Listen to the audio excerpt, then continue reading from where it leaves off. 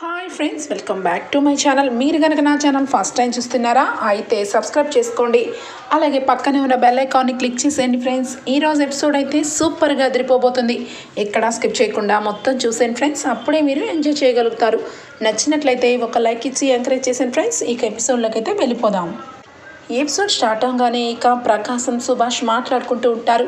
సుభాష్ ఇక ప్రకాశం దగ్గరికి వచ్చి, బాధపడగరా, కావ్య ఏదో అనిందని నువ్వు అలా కన్నీళ్ళు పెట్టుకోవద్దు అనగానే, లేదన్నయ్య, నేను ఎంత బాధపడుతున్నానో ఆ దేవుడికే తెలియాలి. నన్ను ఇంత అవమానంగా కావ్య మాట్లాడుతుందని అస్సలు ఊహించలేదు. అయినా కావ్య ఈ మధ్య బాగా మారిపోయింది. అసలు ఎందుకు మారిపోయిందో అర్థం కావట్లేదు. ఇంట్లో పరిస్థితులన్నీ మార్చేసింది. కార్లు, అలాగే భోజనం అన్నీ మార్చేసింది. ధాన్యం నాకు చెప్తూనే ఉంది, కానీ నేనే వినలేదు. కావ్య అంటే ఈ ఇంటికి మహాలక్ష్మి అని చెప్పి అనుకున్నాను. కానీ ఇంట్లో పెద్దంతరం చిన్నంతరం లేకుండా నా గౌరవ మర్యాదలు ఇక తీసేస్తుందని ఊహించలేదన్నయ్య అని చెప్పి బాగా బాధపడుతూ ఉంటాడు. ఇక ప్రకాశం అయితే ఇక వెంటనే సుభాష్ అయితే దగ్గర తీసుకొని, నువ్వు బాధపడద్దు అని చెప్పి ఇక అక్కడి నుంచి కావ్య దగ్గరికి వెళ్తాడు. ఇక కావ్య అప్పుడే వంటగదిలో వంట చేసుకుంటూ బయటకు రాగానే, మామయ్య గారు, ఏం కావాలి మామయ్య గారు అనగానే, ఏంటమ్మా ఇదంతా, ఎందుకమ్మా కావ్య, ఎందుకు ఇలా మాట్లాడుతున్నావు? అసలు నువ్వు ఒకప్పుడు కావ్యవేనా, లేదంటే ఏమన్నా మార్పు వచ్చిందా? నాన్నగారు నువ్వు సమర్థవంతురాలువని నీ పేరు మీద ఆస్తులన్నీ రాసి పెట్టారు. అంతా పెత్తనం ఇంట్లో అత్తయ్య గారిని చేతికిచ్చారు. కానీ నువ్వేమో ఈ మధ్య మనసుల్ని బాధ పెట్టేలాగా మాట్లాడుతున్నావు. అసలు ఏమైంది అంటే రాజు చెప్పడు, నువ్వు చెప్పవు. కానీ నువ్వు చెప్పిన మాటలకి నువ్వు చేసే పనులు ఇంట్లో ఎవరికి కూడా నచ్చట్లేదు. ముఖ్యంగా పొద్దున్న మీ చిన్న మావయ్య గారు, అదే నా సొంత తమ్ముడైన ప్రకాశాన్ని నువ్వు ఆ రకంగా మాట్లాడటం నాకు అస్సలు నచ్చలేదు. వాడు నీ గురించి చాలా బాధపడుతున్నాడు. ఫస్ట్ టైం అనిపించిందమ్మా ఈ ఇల్లు ముక్కలైపోతుందేమోనని అని చెప్పి సుభాష్ బాధపడుతూ కావ్యకి చెప్పడంతో కావ్య ఒక్కసారిగా, అయ్యో మామయ్య గారు, నేను వెళ్ళి చిన్న మావయ్య గారికి క్షమాపణ చెప్తాను. నేను ఎప్పుడు కూడా మారలేదు మావయ్య గారు అని చెప్పి ఏడ్చుకుంటూ ఇక ప్రకాశం దగ్గరికి వస్తుంది కావ్య. ఇక అప్పుడే ప్రకాశం చాలా బాధపడుతూ అక్కడ నుంచోగానే, చిన్న మావయ్య గారు అని చెప్పి ఇక దగ్గరకు వెళ్తుంది. కావ్య మొహం చూసి పక్కకు తిప్పేస్తాడు ప్రకాశం. మావయ్య గారు, నేను మిమ్మల్ని బాధ పెట్టానంటే ఖచ్చితంగా నన్ను క్షమించండి. నేను కావాలని మిమ్మల్ని ఆ రకంగా మాట్లాడలేదు. నిజంగా చెప్తున్నాను మావయ్య గారు, మీరంటే నాకు చాలా గౌరవం, భక్తి ఉన్నాయి. నేను ఎందుకు మిమ్మల్ని రెస్పెక్ట్ లేకుండా మాట్లాడతాను?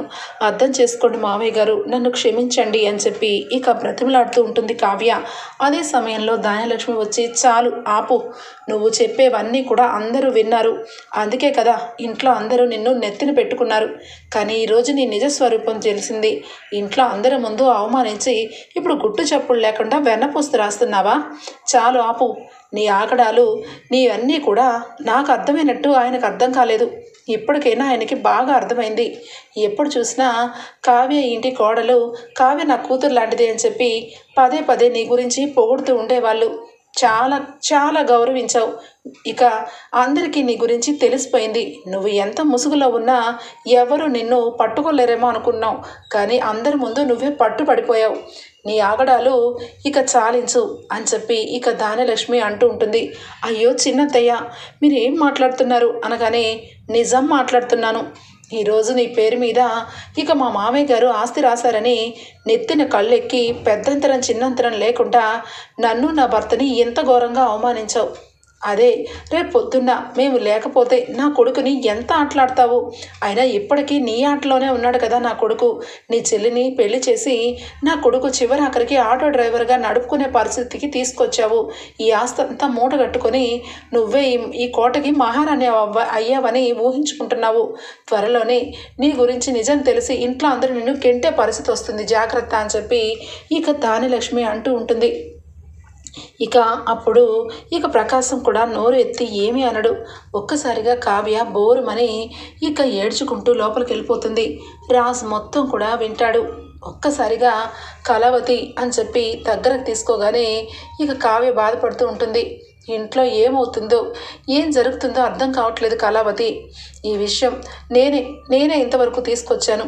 తాతయ్య గారు ఇచ్చిన మాట ప్రకారం ఆ సంతకం ప్రకారం ఇంటి ఆస్తిని జప్తు చేసుకుంటారని, ఇంట్లో అందరూ బాధపడతారని నేను ఈ విషయం నీకు చెప్పొద్దన్నాను.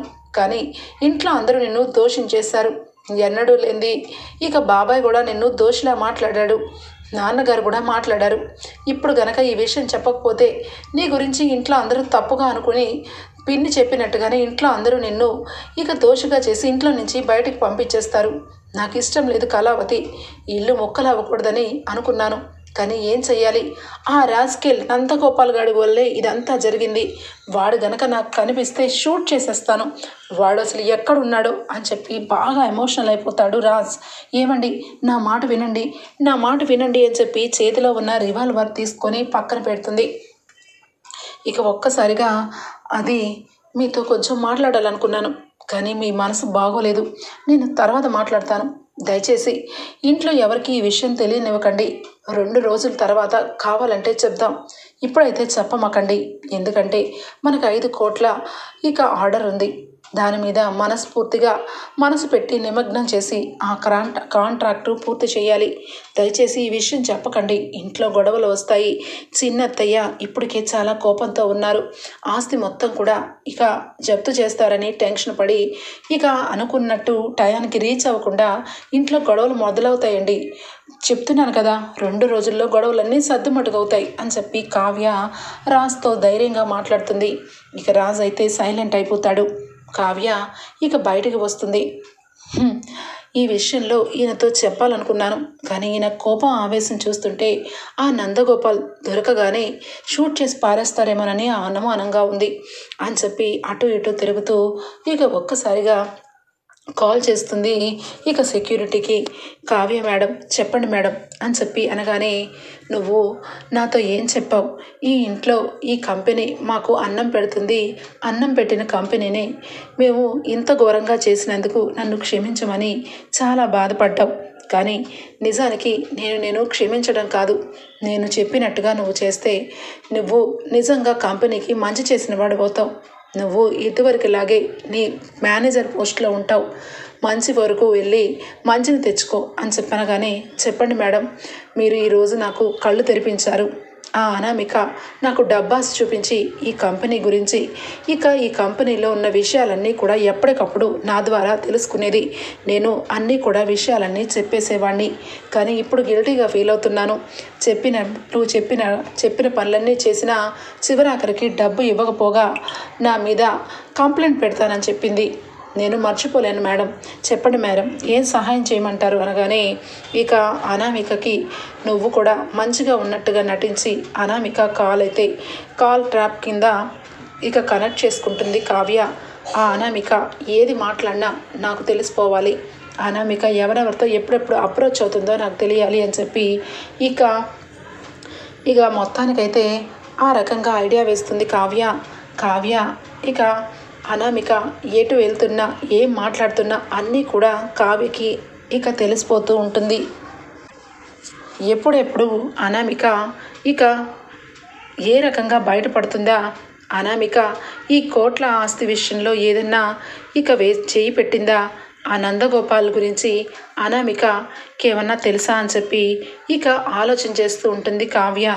ఇక ఒక్కసారిగా సెక్యూరిటీ ఫోన్ చేసి, మేడం, మీరు చెప్పినట్టుగా ఆ అనామిక ఇక ఆ నందగోపాల్ అనే వ్యక్తి ఇద్దరు ఫోన్లో మాట్లాడుకున్నారు, నేను విన్నాను. కానీ ఇక ఆ విషయం మీకు చెప్పాలని నేనే స్వయంగా ఫోన్ చేశాను అనగానే ఫోన్ ఆన్ చేసి పెడుతుంది. నందగోపాల్తో మాట్లాడుతున్న విషయం మొత్తం కూడా కావ్యకి అర్థమవుతుంది.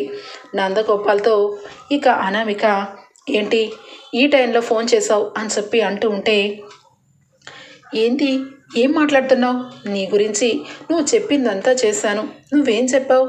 ఇక చిట్ ఫండ్ కంపెనీ నువ్వు బోర్డు తిప్పేస్తే 100 కోట్ల రూపాయలు నీకు వస్తాయి, నీకు సహాయం చేస్తానని నాకు చెప్పి ఈ రోజు నుంచి అప్పటి నుంచి ఇప్పటి వరకు కనీసం నా గురించి ఒక్కడు కూడా పట్టించుకోడు.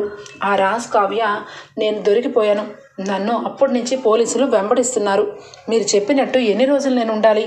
అయినా నాకు సెటిల్మెంట్ చేస్తే నేను ఫారెన్ వెళ్ళిపోతాను కదా. నా వాటా నాకు ఇస్తే నేను హ్యాపీగా ఫారెన్ దాటిపోయి ఇక మీ జోలికి కూడా రాను అనగానే, నందగోపాల్, నువ్వు వెళ్ళాలంటే సెక్యూరిటీ ఫుల్గా ఉంది. నువ్వు ఎక్కడ ఫ్లైట్ ఎక్కినా పోలీసులకి పట్టుబడిపోతావు. అందుకే నేను చెప్పినట్టుగా నువ్వు అదే ప్లేస్లో ఉంటే బాగుంటుంది అని చెప్పి ఇక మాట్లాడుతూ ఉంటుంది. అంతే కావ్యకి ఇక మొత్తానికైతే అమ్మయ్య, ఈ నందగోపాల్ విషయంలో కూడా ఈ అనామికనే ఉందని నేను అనుకున్న అనుమానం నిజమైంది. ఇది మా కంపెనీ మీద, మా ఇంటి మీద ఇది గ్రడ్జి తీర్చుకుంటుంది. దీని సంగతి ఇలా ఉందన్నమాట. దీన్ని ఏ రకంగా చెయ్యాలో నాకు బాగా తెలుసు. ముందు నందగోపాల్ గురించి అడ్రస్ తెలిసింది కాబట్టి ఫస్ట్ వాడిని పట్టుకోవాలి అని చెప్పి కావ్య ఇక నార్మల్గా ఉన్న టైంలో చూసి నందగోపాలు ఎక్కడున్నాడో తెలిసిందండి అని చెప్పి కావ్య అంటుంది. ఏం మాట్లాడుతున్నావు కళావతి? వాడు ఎక్కడున్నాడో నీకెలా తెలిసింది అనగానే, మీరు ఆవేశంలో ఉన్నారని మీతో నేను చర్చించలేదు. నిజానికి ఇక గోల్డ్ విషయంలో, కిరీటం విషయంలో కూడా అనామిక చాలా డ్రామాలు చేసింది. నాకు ఫోన్ చేసి మరి మీరు నేను అవమానంగా అందరి ముందు ఇక తలదించుకోవాల్సిన పరిస్థితి వస్తుందని హెచ్చరించింది. దాని తర్వాతే నేను ఆలోచించాను. అందుకే ఇక అనామిక మీద ఒక కన్నేసి ఉంచాను. అది మన ఆఫీస్లో ఉన్న సెక్యూరిటీ వాళ్ళని డబ్బాస్ చూపించి మన ఆఫీసు గుట్టంతా తెలుసుకుంటుంది. అందుకే నేను అది కాల్స్ చేస్తుందని ప్రతి ఒక్కరి కాల్ని నాకు కనెక్ట్ అయ్యేలాగా నేను పెట్టుకున్నాను. దాని గురించి నాకు ఈరోజే తెలిసింది. నందగోపాల్ని ఇక కావాలని ట్రాప్లోకి దించి నందగోపాల్తో బోర్డు తిప్పిచ్చేసింది అనామికనే అని చెప్పాను. కానీ ఇక గట్టిగా ఆవేశంతో, ముందు వాడు ఎక్కడున్నాడో పద కళావతి అనగానే, ఏవండి ఆవేశపడద్దు, వాడు దొరకగానే వాడిని మన అదుపులోకి తీసుకుందాం, వాడి ద్వారా 100 కోట్ల రూపాయలు వసూలు చేద్దాం అని చెప్పి కావ్యరాజ్ అయితే నాగ్గా ఇక పోలీస్ ఆఫీసర్ని తీసుకొని నందగోపాల్ దగ్గరికి వెళ్తారు. నందగోపాల్ అప్పటికే ఇక ఒక 3 బెడ్రూమ్ ఫ్లాట్లో హ్యాపీగా రిలాక్స్ అవుతూ ఉంటాడు. ఇక ఒక్కసారిగా డోర్ని ఇక కొట్టగానే నందగోపాల్ వచ్చి డోర్ తీయగానే ఒక్కసారిగా ఒక్క షాట్ ఇస్తే దెబ్బకి కింద పడతాడు. పారిపోవాలని ప్రయత్నం చేస్తున్నావు కదా, మొన్న కూడా నువ్వు నీ పాటు వచ్చిన అమ్మాయి ఇద్దరు పరిగెత్తారు. ఏమనుకుంటున్నావురా? వేరే వాళ్ళ సొమ్ములన్నీ కూడా దాచిపెట్టుకొని ఆ సొమ్ముని మా మీదకి రుద్దేసి నువ్వు హ్యాపీగా ఇక్కడ ఉంటే మేము తెలుసుకోలేమనుకున్నావా అని చెప్పి చితకబాతాడు రాజ్. అయితే నన్ను కొట్టద్దు చచ్చిపోతాను అని చెప్పి బ్రతిమలాడగానే ఇక రాజ్ ఆగుతాడు. ఇక కావ్య అప్పుడు అంటుంది, ఏంటి నాటకాలు ఆడుతున్నావా? నిన్ను చంపైనా నీ దగ్గర ఉన్న డబ్బును తీసుకొని వెళ్తాం. నువ్వు ప్రజల సొమ్మునన్నీ తీసుకొని బోర్డు తిప్పేసి నువ్వే చచ్చావని నిరూపణ చేస్తాం అని చెప్పి ఇక చూస్తున్నారేంటండి, మీరు తీసుకొచ్చిన గన్తో విని షూట్ చేయండి అని చెప్పి కావ్య అనగానే దెబ్బకి భయపడిపోతాడు. అమ్మో నన్నేమి చేయకండి, నిజానికి ఈ స్కామ్లో నాది ఒక చిన్న పాత్ర మాత్రమే. నాకు డబ్బాస్ చూపించి నాకు ఇక చిట్ ఫండ్ కంపెనీలో నష్టం జరుగుతుందని ఈ డబ్బంతా కూడా ఇక తీసుకొని ప్లేట్ తిప్పేస్తే నేను హెల్ప్ చేస్తానని ఆ అనామిక నాకు అడిగింది. నేను తను చెప్పినట్టే ఫాలో అయ్యాను. మీరు అన్నట్టు డబ్బంతా నా దగ్గర లేదు, ఆ అనామిక సామంత దగ్గరే ఉంది. ఆ డబ్బుని నాకు ఆశ చూపించి ఈరోజు కూడా కొన్ని రోజుల పాటు ఎక్కడే ఉండమన్నారు తప్ప నాకేమీ తెలియదు రాజ్, నాకేమీ తెలీదు అనగానే, నీకెందుకు తెలీదు? మీ తాతయ్యని అమ్మి మా తాతయ్య సంతకం పెడితే మా తాతయ్య పేరు మీద ఉన్న ఆస్తులు మొత్తం కూడా ఇక జప్తు చేసే పరిస్థితి వచ్చిందిరా నీ మూలంగా. అవినీతిగా ఆలోచించి అడ్డగోలంగా డబ్బు కావాలని ఇక మా కంపెనీ గురించి అవతల వాళ్ళు అంత కుట్ర చేస్తూ ఉంటే నువ్వు కూడా ఆ కుట్రలో భాగమే, నిన్ను వదలను అని చెప్పి రాజ్ అంటూ ఉంటే, ఆగండి ఆవేశపడద్దు అని చెప్పి, సరే అయితే నిన్ను ఇప్పటికిప్పుడే పోలీసులు తీసుకెళ్ళి అరెస్ట్ చేస్తారు, నువ్వు పోలీసులకి లొంగిపోనగానే, లేదు మేడం మీరు చెప్పమన్నట్టుగా చెప్పాను, నాకు పోలీసుల దగ్గరికి పంపించకండి దయచేసి అనగానే, నోరు మొయ్, ఏంట్రా నువ్వు ఆ అనామిక కలిసి చేసిన పని చిన్న పని అనుకుంటున్నారా? ఎంతోమంది ప్రజల సొమ్మది అని చెప్పి పోలీస్ అయితే పట్టుకుంటాడు. ఇక వెంటనే రాజ్ కావ్య అనామిక దగ్గరికి వెళ్ళాలని ప్లాన్ చేస్తారు. ఇక అనామిక ఖచ్చితంగా ఏదో ఒకటి చేసి అక్కడి నుంచి వెళ్ళిపోతుంది. మనం వెళ్ళే సంగతి అనామికకి తెలియకూడదు. నాగ్గా అనామికకి ఏదో రకంగా అరెస్ట్ చేసి తీసుకొని వెళ్ళాలి అని చెప్పి కావ్య ఐడియా వేస్తుంది. ఇదిగో నందగోపాల్, నీకు పోలీస్ అరెస్టులన్నీ కూడా ఏమి ఉండవు, నువ్వు చేసిన పనికి నువ్వు ఒక్క ఫేవర్ చెయ్యి చాలు అని చెప్పి అంటుంది కావ్య. ఏం చెయ్యాలి మేడం చెప్పండి, చేస్తాను, నన్ను అరెస్ట్ చేయించకండి దయచేసి అని చెప్పి ఇక ఏడుస్తూ ఉంటాడు. నువ్వు ఏమీ తెలియనట్టుగా అనామికకి ఫోన్ చేసి ఈ విషయంలో అనామిక హ్యాండ్ ఉందన్న సంగతి ఒక్కటి ప్రూవ్ చెయ్యి, అప్పుడు అనామికని అరెస్ట్ చేస్తాం, నిన్ను వదిలేస్తాం అని చెప్పి ఇక రాజ్ కావ్య చెప్పేసరికి ఇక నందగోపాల్ ఇక ఫోన్ చేస్తాడు అనామికకి. అనామిక లిఫ్ట్ చేస్తుంది. ఏంటి నందగోపాల్, నీకు ఎన్నిసార్లు చెప్పాలి? నువ్వు మార్నింగ్ ఒకసారి ఫోన్ చేసావు, నీకు అప్పుడే చెప్పాను పోలీసులు అందరూ చాలా స్ట్రిక్ట్గా ఉన్నారని. ఇప్పుడప్పుడే ఫారెన్ వెళ్ళడం కుదరదు, మూసుకొని అక్కడే ఉండు అనగానే ఏం మాట్లాడుతున్నావు? ఇదంతా చేసింది నువ్వే కదా, ఇప్పుడేంటి అలా మాట్లాడుతున్నావు అని చెప్పి నందగోపాల్ కావాలని మాట్లాడగానే అవును ఇదంతా నేనే చేస్తాను, ఎందుకు చేశానో కూడా నీకు చెప్పాను ఒకసారి, అప్పుడు నువ్వు మర్చిపోతే ఇప్పుడు గుర్తు చేస్తాను, గుర్తు చేసుకో. నేను నిన్ను అప్రోచ్ అయ్యాను ఎందుకంటావు? దుగ్గిరాల కుటుంబం మీద పగ తీర్చుకోవడానికి. ఆ ఇంట్లో వాళ్ళెవ్వరూ మనశ్శాంతితో ఉండకూడదు, కుటుంబం రోడ్డు మీద పడాలి, వాళ్ళందరూ బోరున ఏడవాలి.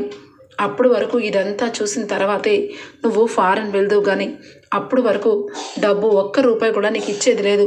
అప్పుడు వరకు నేను చెప్పినట్టుగా చెప్పిన ప్లేస్లో పడుండు. ఈ విషయంలో ఏమాత్రం ఎక్కువ తక్కువ చేసావంటే నీ ప్రాణానికి ముప్పు అనగానే దెబ్బకి షాక్ అయిపోతాడు నందగోపాల్. అయితే అంటే ఏమంటావు?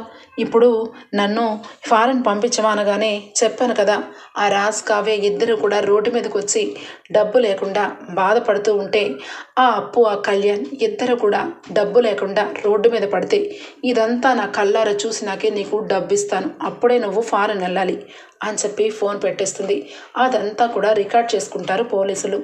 చూశారు కదా చూశారు కదా సార్, మీకు అనామిక ఏ రకంగా అరెస్ట్ చేయాలో ఇప్పుడు తెలిసింది కదా. దీని అంతటికీ కారణం అనామికే. వీడిని అడ్డం పెట్టుకొని అనామిక మా కుటుంబం మీద, మా ఇంటి మీద, మనుషుల మీద గ్రడ్జు పెంచుకొని ఇదంతా చేసింది అని చెప్పి కావ్య అయితే మొత్తానికి అనామికని అరెస్ట్ ఏ పాయింట్తో చేయాలో మొత్తానికి పోలీసులకి మొత్తం కూడా సినిమా మొత్తం చూపించేస్తుంది. ఇక పోలీసులు వెంటనే మేడం మీరు నిజంగా చాలా గ్రేట్, మేము కనిపెట్టలేని విషయాలు మీరు కనిపెట్టారు. ఈ నందగోపాల్ గారికి ఆ అనామికకి లింకుగా ఉందని మేము అసలు ఊహించలేదు. కానీ ఆ ప్రూఫ్తో సహా మీరు ఆ అనామికని ఏ రకంగా పట్టించాలో ఆ రకంగా పట్టించారు. ఇప్పుడే పదండి మేడం వెళ్దాం, ఆ అనామికని అరెస్ట్ చేద్దాం అనగానే లేదు అరెస్టు వేరే వాళ్ళు చేస్తారు, మీరు వీడిని మాత్రమే తీసుకెళ్ళి మీడియా ముందు పెట్టండి అని చెప్పనగానే అదేంటి మీరు చెప్పమన్నట్టుగానే చెప్పాను కదా, మళ్ళీ మీడియా అంటున్నారేంటి, నన్ను వదిలిపెట్టండి అనగానే చంప చెల్లుమని కొడుతుంది కావ్య. నిన్ను వదిలేస్తానని ఎలా అనుకున్నావురా? నువ్వు నమ్మక ద్రోహివి. మా తాతయ్య మీ తాతయ్యని నమ్మి సంతకం పెడితే ఆ ఒక్క సంతకం యూజ్ చేసుకొని 100 కోట్లని 10 కోట్లని 100 కోట్లుగా నొక్కేసి చివరాఖరికి దాంతో చేయగలిపి డబ్బు కోసం ఇంత ఘోరంగా మా కుటుంబాన్ని రోడ్డు మీద ఈడ్చాలని మీ ఇద్దరికీ ఉంది. అందుకే తనంత కాకపోయినా నీకు ఎంతో కొంత శిక్ష పడి తీరాలి, తీసుకెళ్ళండి అని చెప్పి కావ్య అనగానే రాజ్ కావ్య మొహం చూస్తూ ఉంటాడు. కళావతి అనగానే నేను చంపేస్తానని భయపడ్డావు, కానీ ఇప్పుడు నీ కళ్ళు చూస్తే వాడు చచ్చేవాడు తెలుసా అనగానే మరి నా కుటుంబం జోలికి వస్తే నేను ఊరుకుంటానా? నా వాళ్ళని నడి రోడ్డు మీద ఈడ్చాలనుకుంటే వాళ్ళని వదిలిపెడతానా? అందుకే వీడిని పోలీసుల చేత, మీడియా వాళ్ళ ముందు, వచ్చిన ప్రజల చేత రాళ్ళేసి కొట్టించి వీడిని అరెస్ట్ చేయిస్తాను, ప్రతి ఒక్క రూపాయి వసూలు చేస్తాను అని చెప్పి కావ్య అంటుంది. కావ్య మాట్లాడిన మాటలకి రాజ్ ఇక అలానే చూస్తూ అమ్మో దీనిలో కనిపించని శివంగి ఉంది, అప్పునే అనుకున్నాను, అప్పుకి మించిపోతుంది అని చెప్పి అనుకుంటాడు రాజ్. అయితే ఇక ఇక్కడ ఇంటి విషయానికి వచ్చేస్తే రాజ్ కావ్య ఇంటికి వస్తారు. ఇక మీడియా వాళ్ళందరినీ ఇక పోలీసు వాళ్ళు ఇక కరెక్ట్ టయానికి అక్కడికి రమ్మని కావ్య చెప్తుంది. ఇంకా చాలా టైం ఉంది కదా అని చెప్పి కావ్య రాజ్ ఇంటికి వెళ్తారు. ఇంటికి వెళ్ళగానే ఒక్కసారిగా దాని లక్ష్మి ప్రకాశం బ్యాగులు సర్దుకొని ఇక బ్యాగులు పట్టుకొని బయట నుంచుంటారు. ఏమైంది బాబాయ్, ఎందుకు మీరు ఇదంతా సర్దుకున్నారు అనగానే ఇక మాట్లాడకుండా సైలెంట్గా ఉంటాడు ప్రకాశం. ఇక దాని లక్ష్మి ఇక ఈ వరుసలు ఎందుకులే రాజ్, ఈ ఇంట్లో మాకు ఎలాంటి గౌరవం దక్కిందో మీరు అందరూ చూశారు కదా, కానీ మీ ఇద్దరు కలిసి ఈ మొత్తం ఆస్తికి రాజు రాణిలాగా ఇక ఇద్దరు మొదలు పెట్టారు, అంతవరకు మేమెందుకు ఉండడం, అందుకే మేము మా దారి మేము చూసుకుంటున్నాం, కానీ ఈజీగా మేము వదిలేయం. ఖచ్చితంగా ఈ కావ్య మీద కేసు పెడతాం. మా మావయ్య గారిని కావాలని తన దారికి తెచ్చుకొని ఆస్తిని అంతా కాజేసిందని రివర్స్ కేసు పెట్టి మీ పరువు మొత్తం బయటకు తీస్తాను. కావ్య, నిన్ను వదిలిపెట్టే ప్రసక్తే లేదు అని చెప్పి ఇక కావ్యని వార్నింగ్ ఇస్తూ ఉంటుంది. అయ్యో అత్తయ్య, అయ్యో పిన్ని, ఏం మాట్లాడుతున్నావు? ఇంటికి లోపలికి రండి, మాట్లాడతాను, విషయం చెప్తాను అసలు కావ్య గురించి అనగానే, వద్దురా రాజ్, నువ్వేమీ చెప్పొద్దు. నువ్వు ఏ రకంగా కన్విన్స్ చేసినా మేము ఉండేది లేదు, ఇల్లు దాటి వెళ్ళిపోతున్నాం అని చెప్పి అనగానే ఒక్కసారిగా మీడియా వాళ్ళు, పోలీసు వాళ్ళు అందరూ దుగ్గిరాల ఇంటికి చేరుకుంటారు. ఏమైందని చెప్పి ఇంట్లో అందరూ కూడా ఇక బయటకు రాగానే ప్రతి ఒక్కరు, మీడియా వాళ్ళు, పోలీసు వాళ్ళు ఇక నిండిపోతారు. కావ్య మేడం, మీరు చెప్పినట్టుగానే మీడియా వాళ్ళందరినీ తీసుకొని వచ్చాను అని చెప్పి ఎస్ఐ గారు అనగానే, అందరూ వచ్చారు కదా అని చెప్పి ఇక అందరినీ అక్కడ సిద్ధం చేస్తుంది. ధాన్యలక్ష్మికి, అపర్ణకి, ఇందిరాదేవికి ఏమీ అర్థం కాదు. ఏం జరుగుతుంది రాజ్ అనగానే, మమ్మీ అసలు ఏం జరిగిందంటే అనగానే ఇంతలోనే మీడియా వాళ్ళు, అపర్ణ మేడం, మీరు, సీతారామయ్య గారు, మీరందరూ కూడా ఎంతగానో గొప్పవాళ్ళు, చాలా గౌరవనీయమైన కుటుంబం మీరు సొసైటీలో, కానీ మీ కుటుంబాన్ని రోడ్డు మీదకి ఈడ్చాలనుకునే దుర్మార్గులు చాలామందే ఉన్నారు. ఆ దుర్మార్గుల్ని కనీసం పోలీసులు కూడా పట్టుకోలేని పరిస్థితుల్లో మీ ఇంటి కోడలైన కావ్య తెలివిగా కుటుంబాన్ని రోడ్డున రాకుండా కాపాడుకుంటూ ఆ వ్యక్తిని అరెస్ట్ అయ్యేలాగా తీసుకొచ్చింది. అంతేకాదు ఎంతోమంది కుటుంబాలని ఆదుకుంది. ప్రతి ఒక్క పేదవాళ్ళని, కుటుంబాన్ని వాళ్ళ డబ్బులు వృధా పోకుండా వాళ్ళ డబ్బులు వాళ్ళకి ఇక అందేలాగా చేయడానికే ఇదంతా ఏర్పాటు చేసింది అనగానే ధాన్యలక్ష్మికి, అక్కడ ఉన్న అపర్ణకి, ఇందిరాదేవికి, హోల్ కుటుంబానికి అర్థం కాదు. అలాగే స్టన్ అయిపోతారు. అప్పుడు చెప్తాడు రాజైతే, మీడియా సాక్షిగా చెప్తున్నానమ్మా, ఈరోజు నిజానికి కావ్య లేకపోయింటే ఈ కుటుంబం మొత్తానికి రోడ్డు మీదే ఉండేది. కావ్య పేరు మీద ఆస్తి తాతయ్య గారు ఎందుకు రాశారా అని చెప్పి నేను అనుకున్నాను. కానీ తాతయ్య గారికి కావ్య గురించి, కళావతి సమర్థత గురించి తెలిసింది కాబట్టే రాశారు. నిజమైన వారసురాలు అనిపించుకుంది. నిజానికి ఈ ఆస్తులు ఇదంతా జప్తు చేసే పరిస్థితి వచ్చిందమ్మా. ఎవరు మూలంగా అనుకుంటున్నారు పిన్ని? ఎవరు మూలంగా అనుకుంటున్నారో చెప్పాలా? మీరు కళ్యాణ్ కంటే కూడా ఎక్కువగా ప్రేమించిన మీ మొదటి కోడలు ఇక అనామిక, అది ఈ కుటుంబాన్ని మీ మీద, కళ్యాణ్ మీద పగ సాధించడం కోసం కావాలని ఒక చిట్ ఫండ్ కంపెనీ వాడిని రెచ్చగొట్టి వాడి చేత బోర్డు తిప్పించి 100 కోట్ల రూపాయలు మనం కట్టాలని బ్యాంకు ద్వారా నోటీస్ పంపించింది.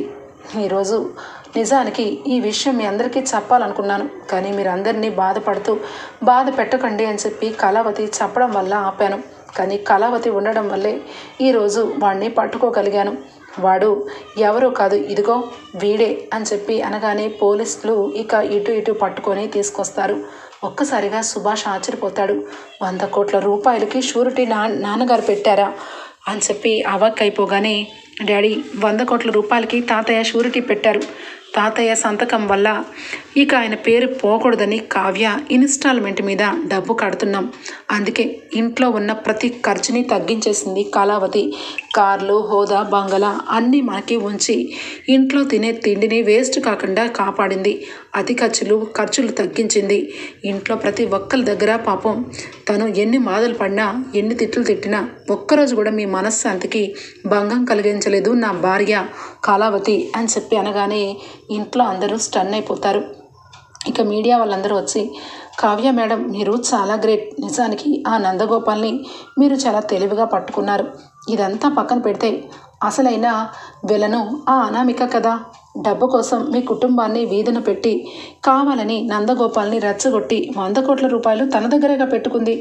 తనని ఈ జనానికి వదిలేస్తే పచ్చడి చేస్తారు, ఏమంటారు అనగానే, లేదు, తనకి జనాలను వదలను. తను ఎవరి గురించి అయితే ఎంత కుట్ర చేసిందో ఆ వ్యక్తే తన కళ్ళ ముందు కనబడి తనకి తగిన గుణపాఠం చెప్తారు అనగానే ఇక కళ్యాణ్ వస్తాడు స్పీడ్గా. వదిన, అప్పు వచ్చింది అనగానే, వచ్చింది కదా అని చెప్పి ఇక వెంటనే అప్పు అనగానే అప్పు యూనిఫామ్ వేసుకొని ఇక జీబు దిగుతుంది. ఇంట్లో అందరూ ఆశ్చర్యపోతారు. అక్క, అనామిక ఎక్కడా అనగానే, పద, అనామిక ఎక్కడో చూపిస్తాను అనగానే ఇక సామంత్, అనామిక, పోలీసులు అందరూ కూడా చుట్టుముట్టి ఉంటారు. ఇక అక్కడి నుంచి అప్పు యూనిఫామ్ వేసుకొని ఇక ఫాస్ట్గా నడుచుకుంటూ వస్తే అనామిక గుండెల్లో రైళ్లు పరిగెడతాయి. ఒక్కసారిగా వచ్చి దగ్గరకు వచ్చి చంప చెల్లుమని కొడుతుంది అప్పు. ఒక్కసారిగా దెమ్మ తిరిగిపోతుంది. ఏంటి ఏమనుకుంటున్నావు? నా భర్త అంటే తక్కువ అనుకున్నావు కదా? నేను నా భర్త రోడ్డు మీద ఉంటాము, నువ్వు అందలంలో ఆకాశంలో ఉంటావని కలలు కన్నావు కదా? ఎప్పటికైనా ఆ దేవుడు న్యాయాన్ని గెలిపిస్తాడు, అధర్మాన్ని అరెస్ట్ చేయిస్తాడు. అందుకే నీకు సంఖ్యలు వేయడానికి నేను పోలీస్ ఆఫీసర్ని అయ్యానేమో. ఈరోజే డ్యూటీలో జాయిన్ అయ్యాను. నడు, ఎంతమంది ప్రజల సొమ్ముని తీసుకున్నావో అంతమంది ప్రజల సొమ్ము ఇచ్చి మర్యాదగా సరెండర్ అయిపో అనగానే సామంత్ నన్ను కాపాడు అనగానే, సామంత్ ఏంటి, ఆ బ్రహ్మ దేవుడు కూడా నిన్ను కాపాడు. నువ్వు చేసిన పనికి ప్రజల్లోకి వెళ్తే పచ్చడి చేస్తారు, కానీ నేనే నిన్ను అరెస్ట్ చేస్తున్నాను అంటే అది నీకు చాలా గౌరవం, నీ ప్రాణానికే మంచిది అనగానే నోట్లోంచి మాట రాదు అనామికకి. ఇక వెంటనే కళ్యాణ్ అయితే, చూడు అనామిక, నువ్వు బాగా ఆవేశపరరాలవనే అనుకున్నాను, కానీ నీలో ఇంత ఘోరమైన మనిషి ఉందని ఊహించలేకపోయాను. నీలాంటి దానికి మాటలతో చెప్తే నువ్వు వినవు, అందుకే నువ్వు అరెస్ట్ అయిపోయి పోలీస్ స్టేషన్లో ఉంటేనే కరెక్టు. నీలాంటి దెయ్యాలకి వేదాలు అర్థం కాదు అని చెప్పి కళ్యాణ్ అంటాడు. ఇక చుట్టూ ప్రజలందరూ ఉంటారు. ఇక అనామికని ఇక దొరికితే కొడదామన్న రీతిలో ఉంటారు. 2 బ్యాగులతో డబ్బులు తీసుకొని సామంత్ వచ్చి, కావ్య, మీరు చెప్పినట్టుగానే 100 కోట్ల రూపాయలు ఇస్తున్నాను, మీరు మమ్మల్ని అరెస్ట్ చేయించకండి, మిమ్మల్ని మేము కాళ్ళు పట్టుకోమన్నా పట్టుకుంటాం, ఈ విషయంలో అరెస్ట్ చేయొద్దు అనగానే, చూడు సామంత్, ఎప్పుడైనా గుర్తుపెట్టుకో, ఎలాంటి వాళ్ళతో పడితే అలాంటి వాళ్ళతో డీల్ కుదుర్చుకొని ఇలాంటి వాళ్ళని పక్కన పెట్టుకుంటే ఏమవుతుందో నీకు కూడా తెలియాలి. ఇలాంటి దాన్ని నువ్వు పక్కన పెట్టుకొని ఈరోజు దీన్ని నమ్మి నువ్వు కూడా పోలీస్ స్టేషన్కి వెళ్తున్నావు. మీ ఇద్దరికి బుద్ధి చెప్పాలని నేను ఎక్కడ వరకు ఆలోచించాను, అలా వదిలేస్తాను అని చెప్పి పోలీసులకి డబ్బు ఇచ్చేసి అప్పు చేత అనామికని సామంత్ని అరెస్ట్ చేయిస్తుంది కావ్య. ఇక మొత్తానికైతే జీబులో అనామిక సామంత్ పోలీసులతో పాటు వెళ్ళిపోతారు. అప్పు ఇక వాళ్ళతో పాటు వెళ్ళిపోతుంది. ఇక కళ్యాణ్, ఇక అందరూ దుగ్గిరాల కుటుంబం అందరూ కూడా నుంచోనగానే మీడియా వాళ్ళు వచ్చి కావ్యని అందరూ కూడా ఇక పూలదండలతో మెడలో వేస్తారు. రాజ్, కావ్యని ఇద్దరిని కూడా చాలా గొప్పగా పొగుడతారు. ఈ ఇంటిలో దుగ్గిరాల కుటుంబం అంటేనే నిజానికి ఒక బ్రాండ్. అలాంటి ఇంట్లో పుట్టిన మనవడు, ఆ మనవడికి తగ్గ భార్య, ఇలాంటి గొప్ప మనస్తత్వాలు ఉన్నందుకే వీళ్ళు గొప్ప వాళ్ళు అంటారేమో. వీళ్ళ డబ్బుని ఇక ఎదురు పెట్టి మరి ప్రజల సొమ్ముని ఇవ్వాలని కోరుకునే ఇలాంటి వాళ్ళని ఏం చేయాలి, ఎంత గొప్పగా పొగడాలి అని చెప్పి ప్రజలు ఒకరి తర్వాత ఒకరు మైక్లో మాట్లాడుతూ ఉంటే ఇందిరాదేవి ఇక మొత్తానికైతే కళ్ళు వెంట నీళ్లు పెట్టుకుంటుంది. ఇక కోమాలో ఉన్న నా బావ గురించి కావ్య, రాజ్ ఇంతగా కష్టపడి ఇంటిని బయటకు రానివ్వకుండా చూసిన కావ్య మీద అనవసరంగా అపార్థంగా మనసులో కూడా ఆలోచించకూడదు అని చెప్పి మనసులో అనుకుంటూ ఉంటుంది. అపర్ణ, సుభాష్ చాలా బాధపడతారు. కావ్యని అనవసరంగా చాలా బాధ పెట్టాను అపర్ణ, అనుకోని మాటలన్నీ అనేశాను. కావ్యకి డబ్బు వచ్చిన తర్వాత మనిషి మారిపోయావమ్మా అన్నాను, ఇప్పుడు చాలా బాధ అనిపిస్తుంది అని చెప్పి సుభాష్ అంటాడు. ఇక కావ్య, రాజ్ ఇద్దరు కూడా చిన్నత్తయ్య, మావయ్య లోపలికి పదండి, ఇప్పటికైనా నన్ను అర్థం చేసుకున్నారా అనగానే అమ్మ కావ్య అని చెప్పి బోరున ఏడుస్తాడు ప్రకాశం. ఒక్కసారిగా కావ్య, రాజ్ స్టన్ అయిపోతారు. నిజంగా నేను ఎంత పూలిష్గా ప్రవర్తించానమ్మా. నువ్వేమో రూపాయి పోకుండా ప్రతి ఒక్క రూపాయిని పక్కన పెట్టి కుటుంబాన్ని గౌరవంగా నడుపుతుంటే అనవసరమైన ఖర్చు మధ్యలోకి తీసుకొచ్చి నా హంగుల ఆర్భాటాల కోసం ఇక గోల్డ్ని కొనాలనుకున్నాను, కానీ నువ్వు మధ్యలో మాట్లాడేసరికి నా అహం దెబ్బతిని ఇంట్లోంచి వెళ్ళిపోతున్నాను. నిజానికి నేను కూడా ఈ దానిలక్ష్మి మాట విని మారిపోయానమ్మా అని చెప్పి బాధపడతాడు ప్రకాశం.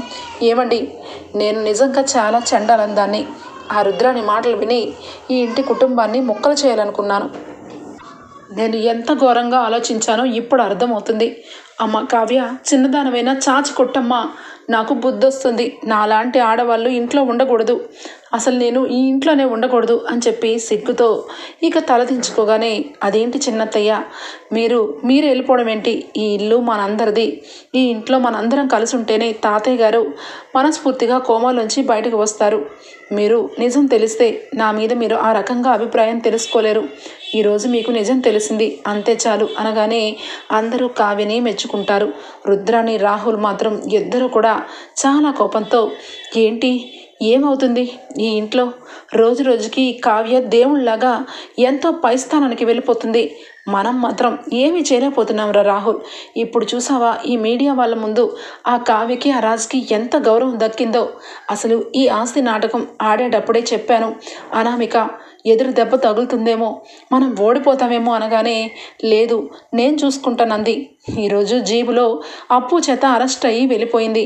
ఇంకా నయ్యం ఈ స్కామ్లో నేను లేను, నేను గన ఉన్నానని తెలిస్తే నన్ను నిన్ను ఇద్దరిని కూడా అనామిక కంటే ఘోరంగా ఈడ్చుకొని తీసుకొని వెళ్ళేవాళ్ళు అని చెప్పి భయంతో రుద్రాణి వణికిపోతూ ఉంటుంది.